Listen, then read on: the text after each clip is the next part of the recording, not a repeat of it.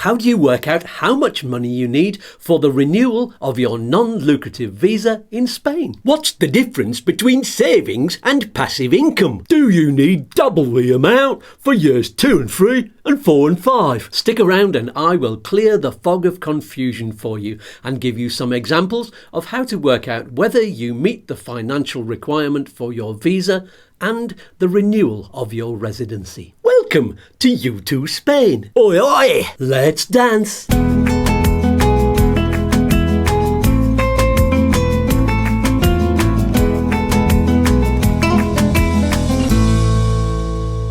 Hi, I'm Skatz from YouTooSpain. And I'm Walter. I'm going to be asking the questions you need to ask, even if you don't know it yet, because it depends. And you are a non-EU citizen who's either thinking of applying for the non-lucrative visa or you're already a resident in your first year in Spain.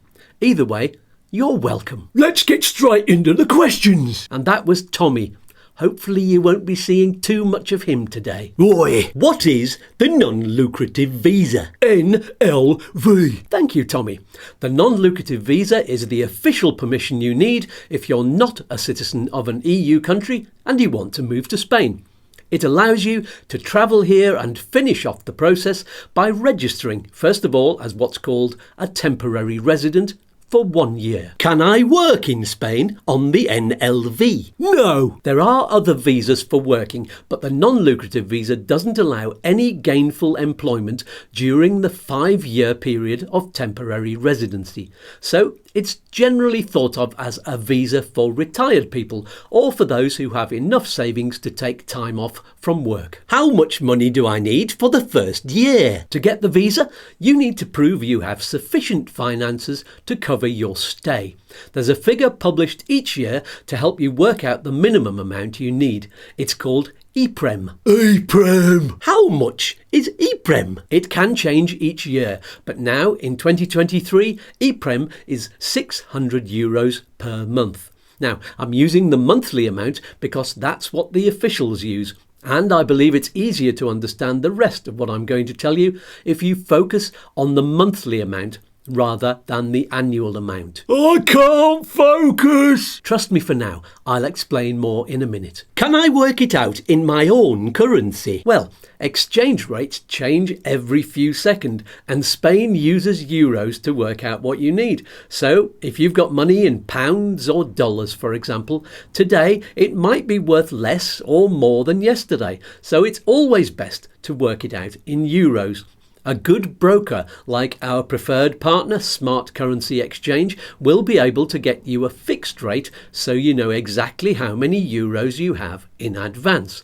There's a link below to click on so you can speak to them for free. How do I use IPREM to work out what I need? For the NLV, the applicant needs 4 times IPREM, which is 600 times 4. That's €2,400 per month.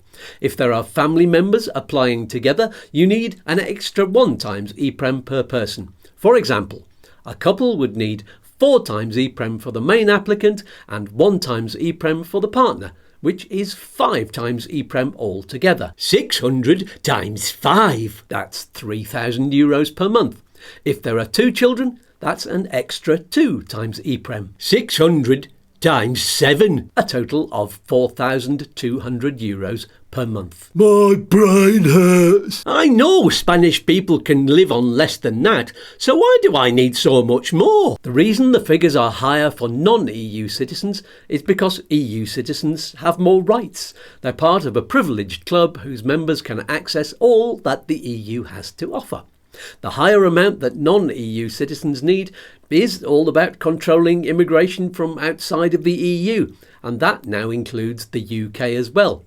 It is what it is. Foreigners! Immigrants! Someone get Tommy a cup of tea, please. If I can't earn any money, what is acceptable for the financial requirement? You can have either accessible savings or passive income. What are accessible savings? Accessible savings are the kind that are easily available, rather than funds that are locked up in some kind of account or investment that requires notice to draw down the money. Money! What is passive income. Passive income is money you have coming in that isn't from any kind of employment. The most common kinds are pensions, investments, and rental income from property. Do I need to have savings and passive income? You can have one or both of these. The difference is in how you convert them into monthly amounts. For example, a pension paid monthly is already an amount per month. But if you're getting passive income every 4 weeks, for example, you need to multiply that by 13 to get 52 weeks for the annual amount, then divide by 12 months to get the monthly amount. Savings, on the other hand, is just a single amount to last for the whole year. So you would divide that amount by 12 months to find out how much you have per month. Divide and conquer! Tommy? Sorry. When do I renew my visa? Let's clear up the terminology here. The visa is basically the permission stamp to get you into Spain and apply for your residency. So it's not your visa, it's your residency that you need to renew at the end of year 1. How much money do you need when you renew your residency? The most common simplification of this is that you need twice as much money because the residency renewal covers 2 years instead of just the one. Twice as much! But as always, it depends on whether you're talking about savings, passive income, or both. This is where it becomes vital to focus on the monthly amount rather than the annual amount. Let's look at some examples. Example number 1. Here's someone who has only passive income and no savings. To get their initial first year of residency, they would have had to prove they have at least €2,400 per month coming in. Let's say they've got €2,500 per month. That covers the monthly amount they need, even if IPREM goes up a little over the next few years. So they don't need twice the annual amount to cover 2 years because they're already getting enough per month. 2,400 times 24 months, which is €57,600. Example number 2. Here's someone who has only savings in the bank. In year 1, they would have needed at least 2,400 times 12 months, which is €28,800. To renew their residency for 2 years, they would need twice that amount. 2,400 times 24 months, which is €57,600. Example number 3. This is where it gets slightly more complicated and we need to look at monthly and annual amounts together. Complicated! So, here's someone who has savings and passive income. Their passive income only amounts to €1,600 per month, but as we know, they need at least 2,400, so there's a shortfall of €800 per month, which over the first year is 800 times 12 months. That's €9,600 they need in savings. Now, when it comes to renewing their residency for 2 years, we don't need to double the passive income. As I said in example number 1, that's coming in every month for 24 months, so it's already effectively double the amount over 2 years. All they have to double is the amount in savings. In this case, it's 9,600 times 2, which is €19,200. So if I have savings only, I could just hold 2 years' worth of money in the bank and I'll be covered. Well, you do have to bear in mind you're going to need money to live on, and the officials will look at your bank statements to see how you're doing that when it comes to renewal. So if there's a block amount in the bank and nothing is being spent, they might be thinking you've got some kind of income coming in elsewhere. Look at my wad! What happens if I have exactly the right amount to cover the financial requirement? Again, look at it from the official behind the desk's point of view. If you're only just covering the IPREM this year, and IPREM goes up in a year or 2, you're not going to have enough to cover it, and they might consider that a bit risky. They're more likely to grant your application if you have more than enough to cover that eventuality and possibly emergencies too, because they'd consider you more financially responsible. Can I see another example? Yes, you can. Example number 4. Let's look at a couple with one child who have a mixture of savings and passive income. For their initial application, they need 4 times IPREM for the main applicant, plus 1 times IPREM for the spouse, and 1 times IPREM for the child, which is 6 times IPREM. 600 times 6! That's €3,600 per month. Multiply that by 12 so we have an annual amount for the calculation, and you get €43,200. Let's say they have passive income of only €2,000 per month.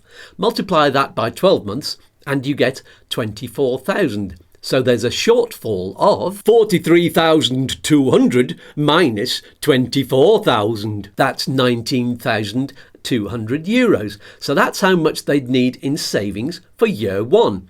And for their renewal, they'll need twice the savings amount. 19,200 times 2, which is €38,400. Now, a question that often gets asked is this: if they can live on their passive income for the whole of year 1 and not spend any of their savings, could they just hold at least $38,400 in a bank account for their 5 years of temporary residency? And the simple answer is yes. But IPREM can go up, like I said before, and they might have emergencies and unforeseen expenses, but all being well, they can leave those savings where they are, and it will be good proof during their renewal application that they're thriving in Spain. Can you use your Spanish property as part of your financial requirements at the renewal? Well, you know what we say. Bit of cash goes a long, long way. Know what I mean? No. We say, it depends. That's right. In some regions, they take into account that you have no rent or mortgage to pay, so your living expenses are lower. Unfortunately, there don't seem to be any fixed documented rules about how they work it out. But it can be put in a document and presented at your renewal appointment. An experienced local residency specialist or lawyer should be able to tell you what officials in your area are willing to take into account. I don't like lawyers. Calm down, Tommy. Is it easier for a retired person to apply and renew their residency, or a younger person? Well, it's easier for officials to gauge a retired person's finances and plans than someone much younger.